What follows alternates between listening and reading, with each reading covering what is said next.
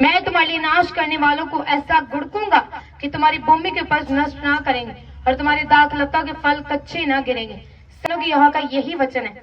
Hallelujah. आप जानते कि एक मिनिस्ट्री में एक आपका रोल है, आपको एक परमेश्वर ने मिनिस्ट्री दी है जहां पे आपको अपना फिक्स्ड रोल रखना है।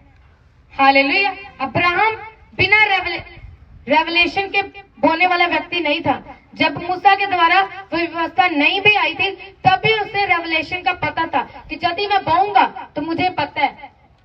अपने पड़ोसी को बोलो, परमेश्वर किसी का कर्जदार नहीं है। अगर तुम बोते हो उसके भवनों में तो वो तुम्हारा कर्ज नहीं रखता कि यस अगर तुमने बोया है तो वो ये कहेगा नहीं होनी मैं तेन ब्लेस करना। अपने पड़ोसी को बोलो, बोने के द्वारा तेरी जिंदगी में रुकावटें खत्म होती हैं। हालेलुया।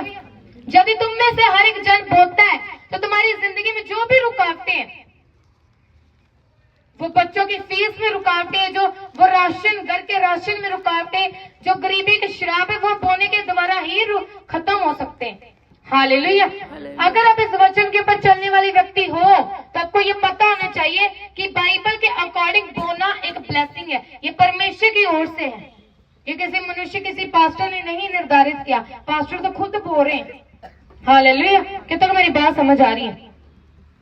अगर तुम बोलने वाले नहीं हो तो तुम्हारी ब्लेसिंग जो चुराई जाती है, रियलिटी है। इसका मतलब ये नहीं कि तुम्हारे पर कोई अटैक होएगा, एक्सीडेंट, नो, कुछ ऐसा नहीं।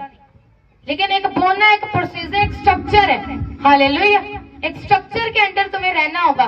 जैसे तुम बोलने के प्रति उस स्ट्रक्चर के अंदर रहोगे तो तुम्हारी ब्लेसिंग हेवन से रिलीज होंगी।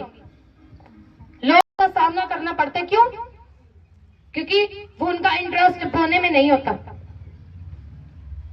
मैं फिर से बता रही, परमेश्वर आपका कर्जदार नहीं है कि वो आपको दे ही दे, लेकिन उसका प्रोसीजर है, उसका स्ट्रक्चर है। कुछ उस स्ट्रक्चर में आपको आना पड़ेगा।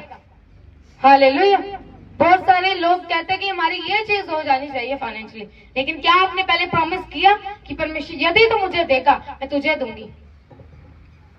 क्या आपने कभी भी परमेश्वर से ये प्रॉमिस किया कि यदि मुझे तो फाइनेंशियली ब्लेस करेगा परमेश्वर, मैं तेरी महिमा के लिए मांगती हूँ, मुझे दे, ब्लेस कर फाइनेंशियली, मेरी फाइनेंशियली हदों को बढ़ा परमेश्वर। तो परमेश्वर क्यों बढ़ाए, क्यों आपको फाइनेंशियली ऊंचा करे, आपको चमकाए, आपकी गरीबी के श्राप को खत्म करे?